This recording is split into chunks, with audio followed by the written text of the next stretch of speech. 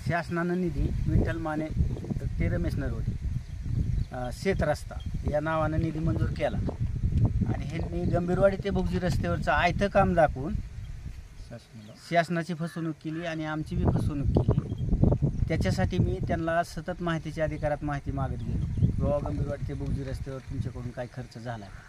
त्यांनी चक्क मला माहितीच्या अधिकारात लिहून दिलं की गंभीरवाडी ते भुगजी हा रस्ता आमच्या अधीन नसून आमच्या कार्यालयाच्या संबंधित येत नसून जिल्हा परिषद बांधकाम विभागाच्या संबंधित येतो असं चक्क लिहून दिलं। आणि दुसऱ्या पुन्हा जिल्हा परिषद बांधकाम विभागाला माहिती विचारली किंवा तुमच्याकडून काही खर्च पडला आहे काही त्यांनी चक्क लिहून दिलं की आमच्याकडून दुसरे महाराष्ट्र ग्रामीण रोजगार हमी योजनेअंतर्गत ह्या रस्त्यावर 1 रुपयाही खर्च झालेला नाही। खर्च झाला आहे फक्त एक नळी पूल 3 लाख रुपये। आणि ह्यांनी विठ्ठल माने शेत ते रमेश नरवडे शेत ह्या रस्त्यावर 48 लाख रुपये मंजूर करून आणलेत। त्याच्यापैकी कमीत कमी माझ्या माहितीनं 25 लाख रुपये अदा केला असतील म्हणजे खर्च केला असेल, बाकी शिल्लक आहे करणं।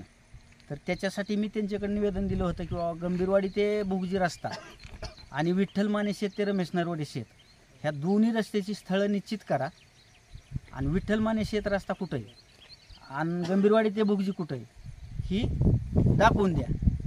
तर त्याचं आश्वासन त्यांनी मला 17 तारखेला आम्ही ते निश्चित करून देतो असं दिलं आहे लेखी। त्याच्यावरून मी आज रोजीचं उपोषण माघारी घेतलेलं आहे। जर त्यांनी 17 तारखेपर्यंत नाही केलं 17 तारखेला तर पुन्हा परत मी उपोषणासारखाचा मार्ग अवलंबणार।